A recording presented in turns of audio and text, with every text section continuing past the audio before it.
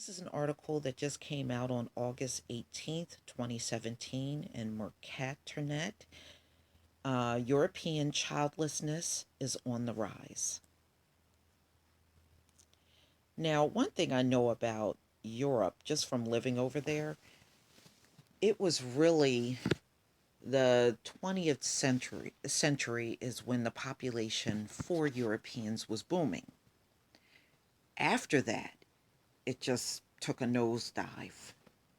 All across Europe. It didn't matter what country you were in, the birth rate had dropped. The European rate has been climbing since the low of about 10% of the female population not having children who were born around World War II to around two-thirds the rate it was at the beginning of the century. Thus, for example, in England and Wales, 9% of the women born in 1946 have no children. For those born in 1970, that number is 17%.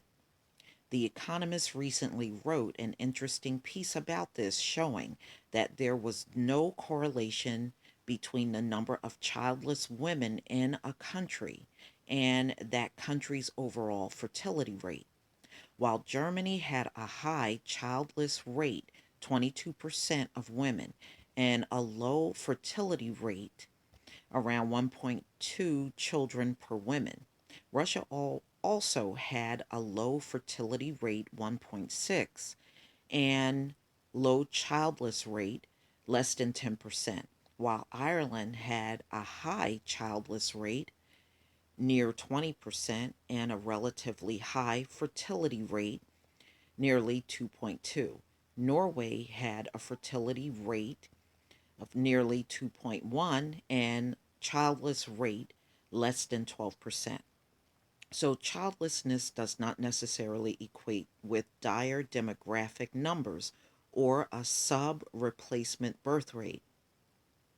Indeed, as The Economist notes, a number of European countries had higher childlessness rates in the early 20th century, such as the baby filled late 20th century. Looks like a blip. The difference back then, of course, was those women who had children tend to have more than two, and thus the overall fertility rate of European nations was high. The reason behind childlessness are many and varied. A few women have never wanted children. Some fall in love with men who already have children and feel satisfied. Others suffer medical issues that mean they can't fall pregnant. Well, they speak a little different over there. But a great many perpetual postponers, a group named by Barrington, a demographer at the University of Southampton.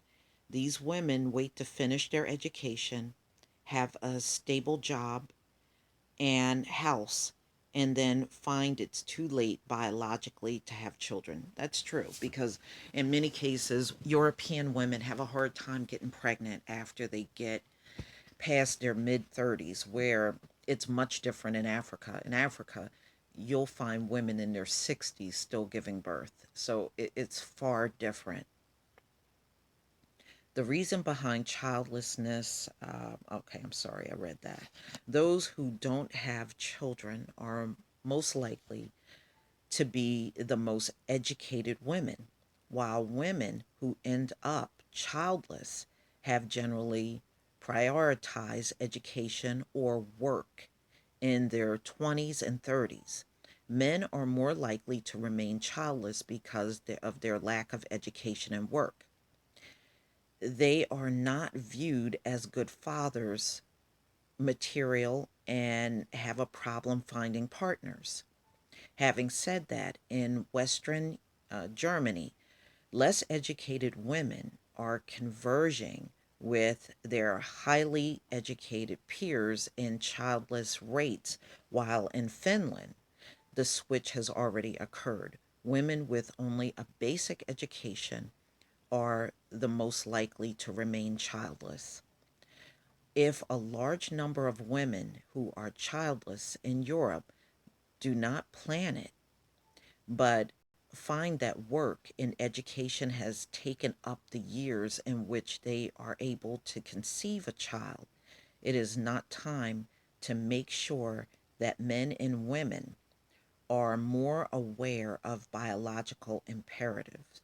While we all get career planning advice at school and university, how often is that advice tailored to fit in a family? Indeed, how often is a family mentioned at all?